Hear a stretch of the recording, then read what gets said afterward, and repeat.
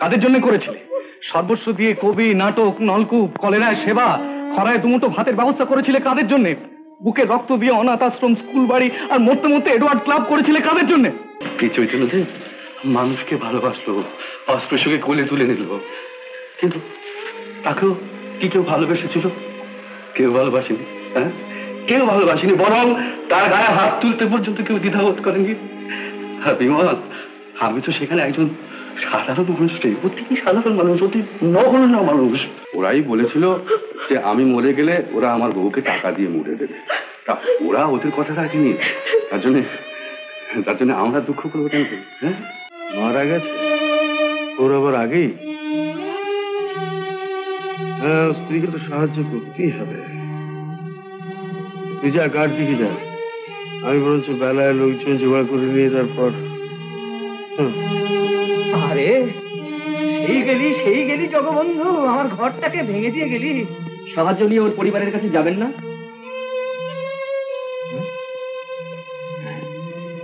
যাওয়াই উচিত, একটা আনন্দ, যাওয়া তো উচিত।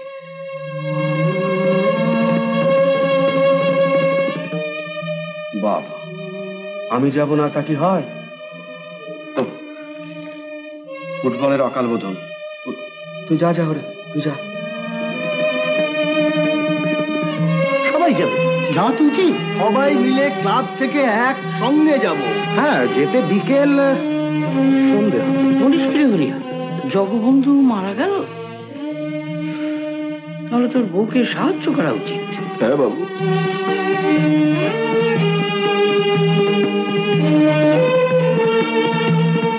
ম্যাজিস্ট্রেট সাহেব এখনো আসেনি। এই চিঠিটা আর এই সরকারি নথিটা ম্যাজিস্ট্রেট সাহেব এলে তাকে দিয়ে। তা আমাদের আর সময় কই, আজ ক্লাবে হইচই, বড়দিনের উৎসব।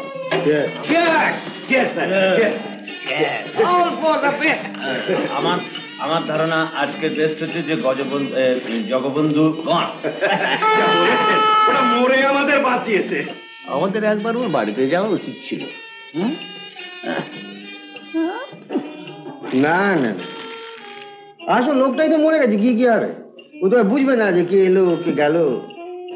এইটা স্যার ঠিক কথা, মরা বুঝি না, কে এলো আর কে গেল, মরা বুঝি। কিন্তু লোকটা বিবেকের মতন সব ভালো কাজগুলো আমাদের দিয়ে করিয়ে নিত। কিন্তু আজকের দিনে বিবেকের বেঁচে থাকা কোনো মানেই হয়, কারণ বিবেক বেঁচে থাকলে মানুষ বাঁচতে পারে। সুতরাং বিবেকের মরাই উচিত। আরে মশাই, ভেবেছিলাম তো সকলে মিলে দল বেঁধে যাব। হ্যাঁ, কিন্তু লোক জড়ো করবে কি? মানে যে সংগঠক, মানে অর্গানাইজার, সেই তো খতম। তুই চলে এলি, কি করবো? সকাল থেকে ঠায় বসে আছি, একটা লোকও শ্মশানে যায়নি। মিথ্যে করে চিতেও জ্বালতে হয়নি, মিথ্যে করে কাউকে বলতে হয়নি যে তোমার সৎকার হয়ে গেছে। ওখানেও একটা লোক যায়নি? না মানে সাধারণ লোককে তো জানানো হয়নি, কি করে যাবে বলো? কিন্তু খবরটা ওখানে রটে গেছে। আস্তে আস্তে আস্তে অনেকে জিজ্ঞেস করলো যে কি হয়েছিল, তারপরে হাউতাশ করলো, রাগ দেখালো, কেন তাদের খবর দিইনি, কেন নিজে নিজে সৎকার করে এসেছি, ইত্যাদি ইত্যাদি। কিন্তু নানা কাজে ছুতো করে শেষ পর্যন্ত কেউ আর এলো না। আচ্ছা, বৌদির দায়িত্ব নিতে হয়। ওরা গরিব লোক, পারবে কোত্থেকে বল? জিনিসটাকে ঠিক মতো অর্গানাইজ করতে হয় বিমল। ঢের হয়েছে, তোমরা অর্গানাইজ করো, আমি রান্না করতে বৌদি, যাচ্ছি। এবার সত্যি সত্যি অনেক লোক আসছে। হ্যাঁ আসছে, হ্যাঁ, নাহলে আমি এলাম কেন? আরে আমাকে হরিয়া খবর দিল যে ক্লাবে সবাই জমায়েত হয়েছে, সন্ধ্যের মুখে সব দল বেঁধে আসবে। সব দল বেঁধে আসবে? হ্যাঁ আসবে, দেখুন স্যার।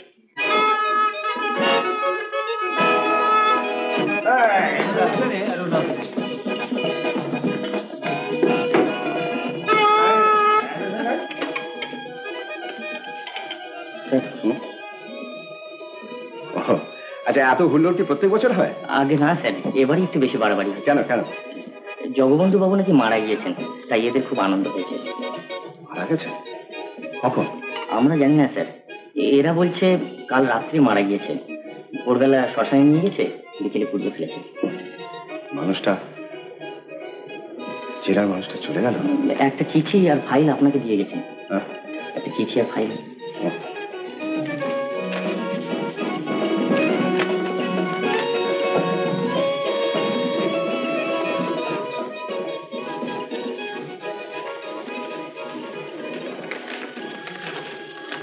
How it's possible?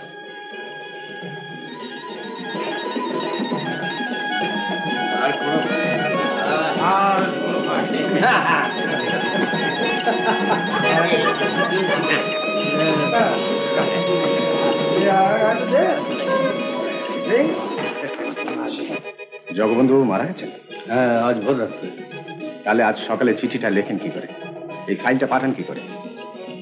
দেখেছি। আসুন।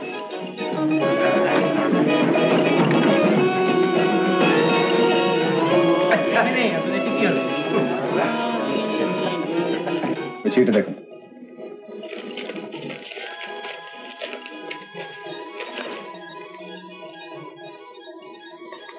চিঠির তারিখটা আজকেরই বটে। হ্যাঁ, ওটা না ভুল হতে পারে। এই ফাইলটা কি করবে? এগুলো তো সব নকল গভর্নমেন্ট পেপার। দেখুন।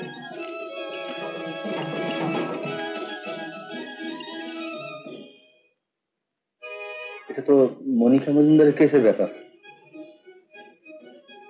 সব নকল চালান দিয়ে মাল নিয়ে পাচার করা হয়েছে। আসল চালানের ফাইলটা আমাকেই দেওয়া হয়েছিল, আর তারই বলে আমি মেয়েটাকে অ্যারেস্ট করেছি, মামলায় ফাঁসিয়েছি।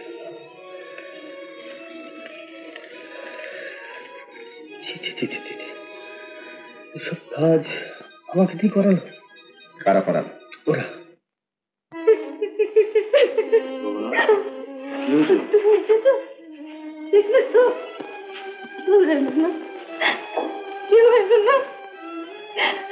তুমি চলে গেলে আমার কেউ নেই, দেখলে তো?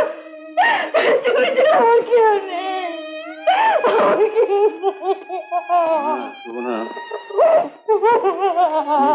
তুমি ঠিকই বলেছো। তুমি আমার ছেলে কোথাও যেও না। কেন না মোদি, তুমি কেন? ভালো যে কেউ আসবে, এগুলো আমার একদম ভালো লাগছিল না দাদা। কিন্তু মনিকা কেউ এলো না, এটা দেখলি তো? বেঈমান, সব সব জানোয়ারের দল। ছোট থেকে বড় সব স্বার্থপর। কাদের জন্য করেছিলে? সর্বস্ব দিয়ে কবি, নাটক, নলকূপ, কলেরায় সেবা, খরায় দুমুঠো ভাতের ব্যবস্থা করেছিলে কাদের জন্য? বুকে রক্ত দিয়ে অনাথ আশ্রম, স্কুল বাড়ি আর মরতে মরতে এডওয়ার্ড ক্লাব করেছিলে কাদের জন্য? বৌদি, সত্যি বলছি, আমার বুকের ভেতরটা চল।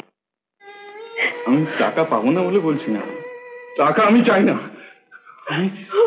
আমি তোমার পাশে আছি বৌদি, কিন্তু কিন্তু দাদার এই অপমান আমি কিছুতেই সহ্য করবো না। ওই এডওয়ার্ড ক্লাবটাকে আমি জ্বালিয়ে পুড়িয়ে ছাই করবো। বিমান, ব্যাপারটা ভালো করে বুঝবার চেষ্টা কর। ওরাই বলেছিল যে আমি মরে গেলে ওরা আমার বউকে টাকা দিয়ে মুড়ে দেবে। তা ওরা ওদের কথা রাখেনি, তার জন্য আমরা দুঃখ করবো কেন? হ্যাঁ দাদা, দাদা, ওরা সময় বুঝতে পারিনি দাদা, তুমি দুঃখ করো না। না রে, না, আমি দুঃখ করছি না, তবে আমি আসবো না, কাল ভোরে এখান থেকে চলে যাব।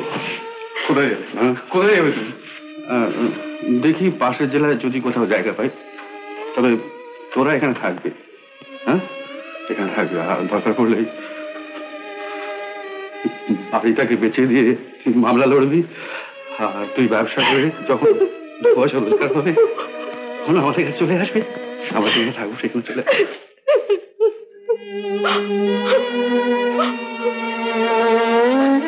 তাই যাবো দাদা, তাই যাবো। এখানে তোমায় কেউ চায় না, কেউ ভালোবাসে না।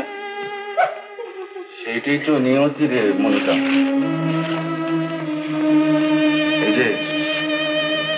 এই যে যীশু খ্রিস্ট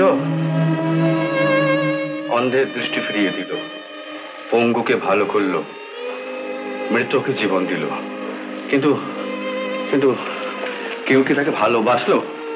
হ্যাঁ বলো, কেউ তাকে ভালোবাসলো? কেউ না, কেউ না। বরং তার মাথায় কাঁটার মুকুট পরিয়ে তাকে অপমান করে ক্রুশিয়ে বিদ্ধ করে সবাই মেরে ফেলবে। আর এই যে চৈতন্যদেব, এই চৈতন্যদেব মানুষকে ভালোবাসলো, অস্পৃশ্যকে কোলে তুলে নিল, কিন্তু তাকেও কি কেউ ভালোবেসেছিল? কেউ ভালোবাসেনি। হ্যাঁ, কেউ ভালোবাসেনি, বরং তার গায়ে হাত তুলতে পর্যন্ত কেউ দ্বিধাবোধ করেনি। আর বিমল, আমি তো সেখানে একজন সাধারণ মানুষ রে, অতি সাধারণ মানুষ, অতি নগণ্য মানুষ। আমি জানি বিমল, আমি জানি আমার কেউ ভালোবাসে না, কেউ ভালোবাসে না, আমি জানি আমি কেউ ভালোবাসে না।